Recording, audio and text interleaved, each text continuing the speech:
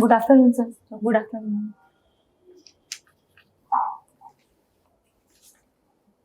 बैठिए। Thank you sir. Define कीजिए अपने आप को। साक्षात्कार ज्ञाप में जो गाइडलाइन है उसका पालन करते हैं। जी सर, मैं हरदोई डिस्ट्रिक्ट से। बेटा डिस्ट्रिक्ट भी नहीं बताना आपको। सर मेरी शिक्षा जो है सर मेरे गृह जनपद से पूरी हुई है। मेरी शिक्षा सर गृह जनपद से पूरी हुई है और मैंने सर वर्तमान में लेखपाल के पद पे कार्यरत हूँ सर। ठीक है, क्या बनना चाहती हैं आप? जी सर सिविल सेवा में सर जो उसका सर्वोच्च पद है SDM बनना चाहती हूँ सर। ये SDM का कोई पद तो विज्ञापित किया नहीं लोक सेवा आयोग ने। जो आपने पदानुक्रम में सब नंबर 1 पर रखा होगा, क्या लिखा है वहां पर?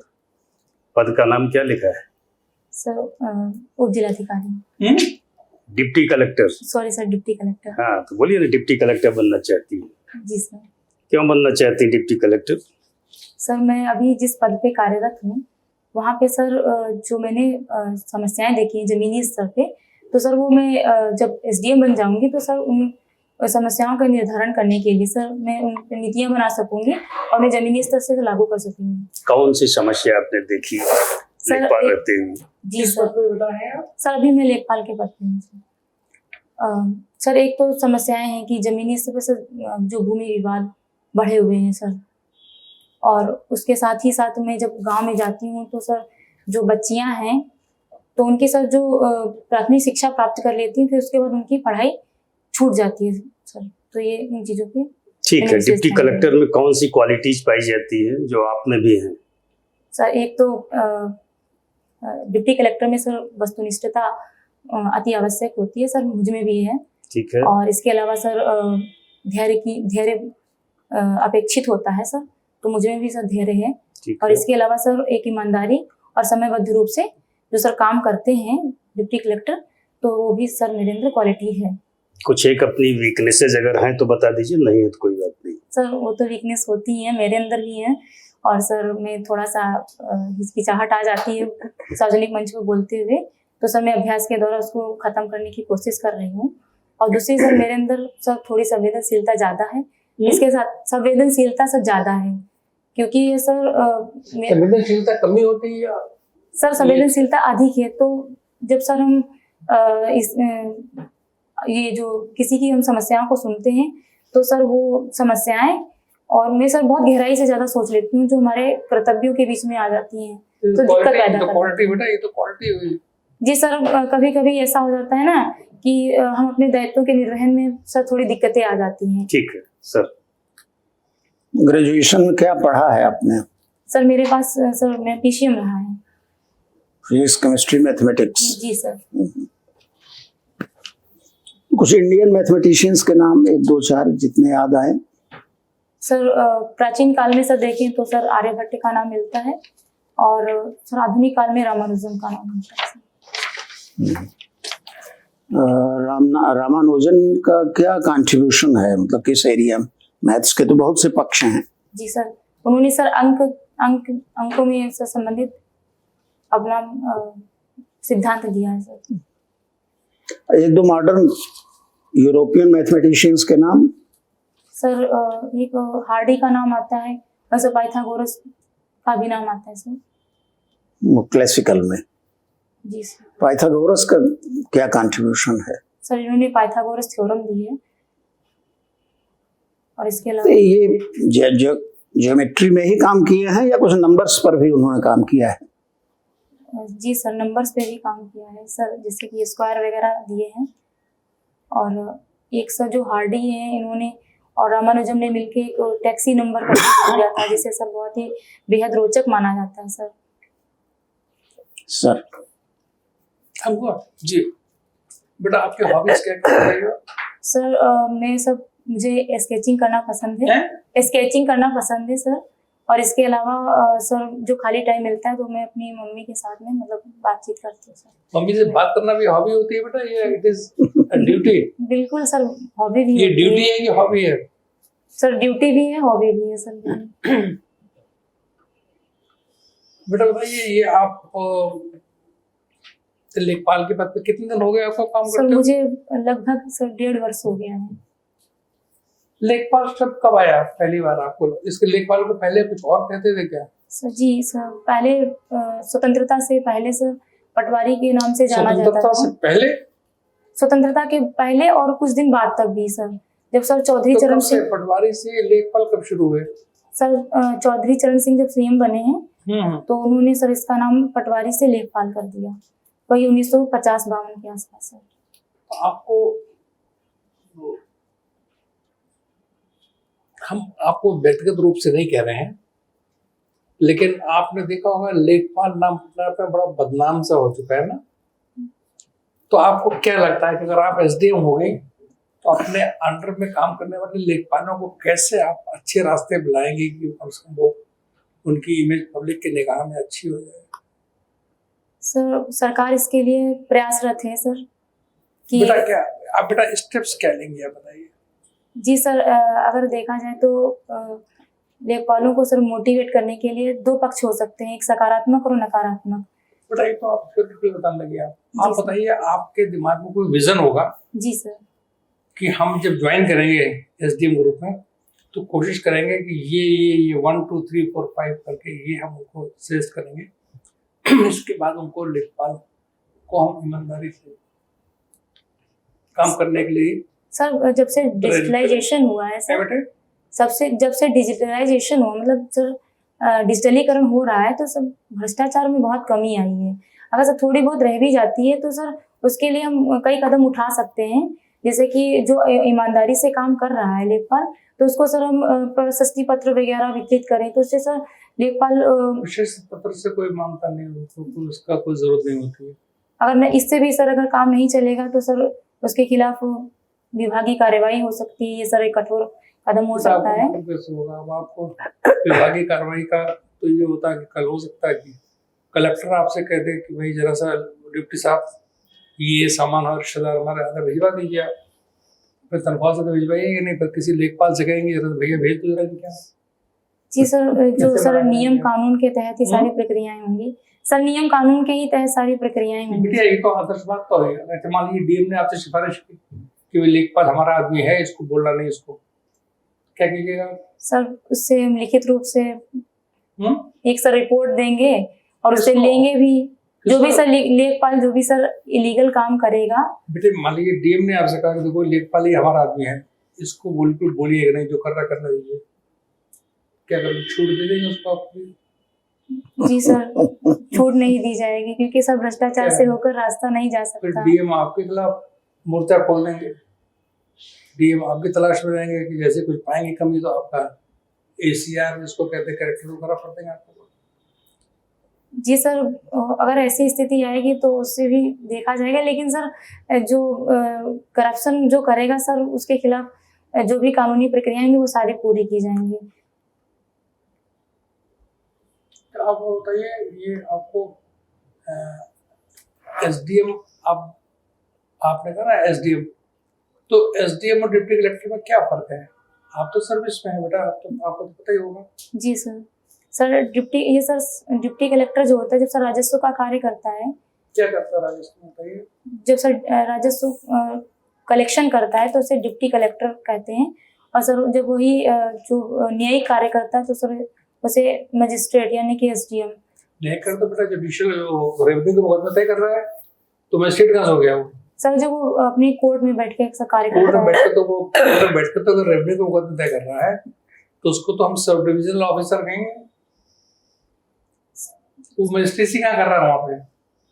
सर वो न्याय देता है ना, इसलिए सर। बेटा न्याय देने वाला हर आदमी मजिस्ट्रेट होता है, हाई कोर्ट जज भी मजिस्ट्रेट है, न्याय देता है। सर जब वो यही सर होता है कि जब कानूनी प्रक्रियाएं मतलब वो कर रहा होता है तो सर उसे मजिस्ट्रेट की बेटा पावर वो होती है। जब रेवेन्यू का मुकदमा तय करता है तो एसडीओ होता है। जी सर। अदरवाइज जब वो एडमिनिस्ट्रेशन में काम कर रहा है तब वो फिर सब डिविजनल मजिस्ट्रेट हुआ वो। चलिए बेटा आप कंफर्टेबल। Yes ma'am. अभी हाल के दिनों में देखा गया है जनवरी के फर्स्ट और सेकेंड वीक में सिल्वर प्राइसेस सडनली बहुत तेजी से राइज किया, 4 लाख प्लस पहुंच गया था? इसके बारे में कुछ आइडिया है आपको, क्या कारण रहे होंगे? जी मैम, कुछ इससे देख सकते हैं कि राजनीतिक अस्थिरता जो वैश्विक स्तर पर बढ़ी है, तो उसमें मैम जो शेयर मार्केट्स में जो लोग निवेश करते थे, उन लोगों ने अपना इधर सिल्वर और गोल्ड वगैरह में निवेश करना शुरू कर दिया मैम। तो इस कारण से काफ़ी तेजी बढ़ गई। इसके अलावा कोई और कारण जो आप ऐड करना चाहें? और इसके अलावा एक और मैम ये हो सकता है कि ये जो धातुएं हैं ये पृथ्वी में मतलब कम पाई जाती हैं। ये तो एवरग्रीन रीजन हो गया ना, ऐसा तो नहीं है कि सिर्फ जनवरी के महीने में ही धातुएं कम हुई रही। हाँ, सॉरी मैम, इसके अलावा चलिए कोई बात नहीं है। अच्छा ये बताइए, अभी अमेरिका और ईरान के बीच में क्या चल रहा है? जी मैम, परमाणु से संबंधित समझौता के लिए वार्ता संबंधी बातें हो रहा है। ठीक है।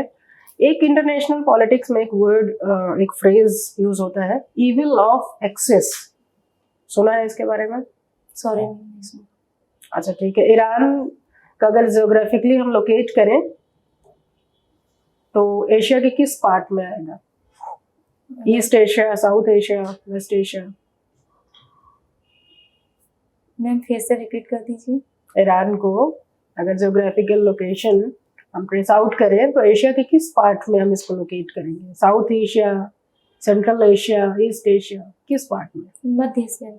मध्य एशिया, मिडिल ईस्ट। ठीक है, दो टर्मिनोलॉजी यूज होती है, एक है मिडिल ईस्ट और एक है वेस्ट एशिया। इन दोनों टर्मिनोलॉजीज के बारे में कोई आइडिया है? जी मैम। पश्चिमी एशिया, मध्य पूर्व एशिया, जी मैम। क्या है? जो मध्य पूर्व एशिया में मैम, मैम अगर देश की बात करें या किसी और चीज़ की? एक पूरे स्पेस की अगर हम बात करें जी मैम, तो उसी के कॉन्टेक्स्ट में आप डिफाइन करिए। जो पश्चिमी एशिया में अरब देश आते हैं और पूर्व और मध्य एशिया में ये मध्य और पूर्व के देश आते हैं। अच्छा ठीक है, ओके सर। न्यूज़पेपर कौन सा पढ़ती हैं? जनसत्ता से पढ़ते। संपादक कौन है? सर मुकेश भारद्वाज। क्या नाम है? मुकेश भारद्वाज। ठीक है। प्रधानमंत्री जी मन की बात करते हैं, जी सर। आज भी उन्होंने किया। कौन सा एपिसोड है आज का? Sorry sir. 129वां, 130वां, 131वां, 132वां, 4 विकल्प है आपके पास। Sorry sir. चलिए 131वां है। जी सर। ये कब लॉन्च हुआ था मन की बात का कार्यक्रम प्रधानमंत्री जी का? सर गेस कर सकती हूँ। हाँ बताइए। सर जब एनडीए की सर सरकार आई थी 2014 के बाद से ही सर शुरू हो गया था आई थिंक। 2014 तो ठीक है, ठीक गेस किया। क्या है प्रधानमंत्री जी का उद्देश्य, क्यों करते हैं मन की बात? सर एक इससे सर बेहतर जुड़ाव महसूस कर सकते हैं हम अपने देशवासियों के साथ में। ठीक है। और इसमें सर अपने विचारों का सर आदान प्रदान होता है। कुछ मुद्दों पर प्रकाश आदान डालिए। प्रदान कैसे होगा बेटा? तो अकेले बोल रहे हैं, आदान प्रदान क्या हो रहा है? यहाँ हम लोगों का आदान प्रदान होता है, हम कुछ पूछ रहे हैं जवाब दे रही हैं आप। रमेस्टर तो केवल एक तरफा बोलते उनको हैं, तो सुनते हैं ना हम लोग, वन वे हम प्रोसेस लोग से। तो श्रोता है ना। जी सर। ठीक है। आज उत्तर प्रदेश के चीफ मिनिस्टर 4 दिवसीय यात्रा पर रवाना हुए हैं, बता सकती हो कहाँ पर? Sorry sir. जापान और सिंगापुर। तो फिर ये भी नहीं पता होगा कि क्या उद्देश्य है, क्यों गए हैं जापान और सिंगापुर? तो संत आदमी है मुख्यमंत्री जी, घूमने तो गए नहीं होंगे, कोई न कोई उद्देश्य होगा ना। जी सर। अच्छा बताओ, कौन सी खबर आज पढ़ी हो अखबार में? सर कि जो ग्रेटर नोएडा में सर सेमीकंडक्टर की एक यूनिट सर लॉन्च की गई है। और इसके अलावा सर जो भारत और ब्राजील के बीच में चलो इसी पर दुर्लभ बातचीत मृदा से करते हैं। रिलेटेड एक समझौता इसी हुआ पर है। बातचीत करते हैं। जी सर। क्या लॉन्च किया गया है, क्या बता रही हो? एक sir semiconductor unit sir. Unit प्रधानमंत्री जी ने उद्घाटन किया है, सेमीकंडक्टर यूनिट तो नहीं है ना? सेमीकंडक्टर चिप बनेगी वहां पर। जी सर, सॉरी सर, वो मैंने कहने में सब थोड़ा तो सा। ठीक है, तो ये सेमीकंडक्टर चिप का कहाँ कहाँ इस्तेमाल करते हैं हम लोग? सर इनका सर यूज इलेक्ट्रॉनिक सामानों में किया जाता है। जैसे अब आजकल AI चर्चा में जी सर। है ना? डिजिटलाइजेशन की बात अभी की थी, जी सर। तो कहाँ इस्तेमाल करते हैं, कैसे इस्तेमाल करते हैं? AI में भी कोई उपयोग इसका है? डिजिटलीकरण में भी उपयोग है? जी सर, होता है सर इसका सर सिलिकॉन और अभी भारत की जरूरत कैसे पूरी होती है सेमीकंडक्टर चिप की? सर अभी हम ज्यादातर सर आयात पे ही निर्भर हैं। कहाँ से? ज्यादातर सर चाइना से ज्यादातर आयात होता है। चलो ठीक है, एक सवाल का जवाब और दे दो। अभी 2-3-4 दिन से एक फिल्म बहुत चर्चा में है, यादव जी की लव स्टोरी, क्यों चर्चा में है? Sorry sir. अरे आज तो उत्तर प्रदेश में ही, कल बहुत सारी जगह आंदोलन हुए इसको लेकर के। सर क्योंकि सर हमारा थोड़ा रुचि है सर फिल्म को लेके नहीं रही है, तो थोड़ा सा इससे। बेटा ये जो चर्चित मुद्दे हैं इस पे अपनी समझ तो बनानी पड़ेगी ना। जी सर। इंटरेस्ट हो ना हो, ठीक है, wish you all the best, जा सकती है। Thank you sir.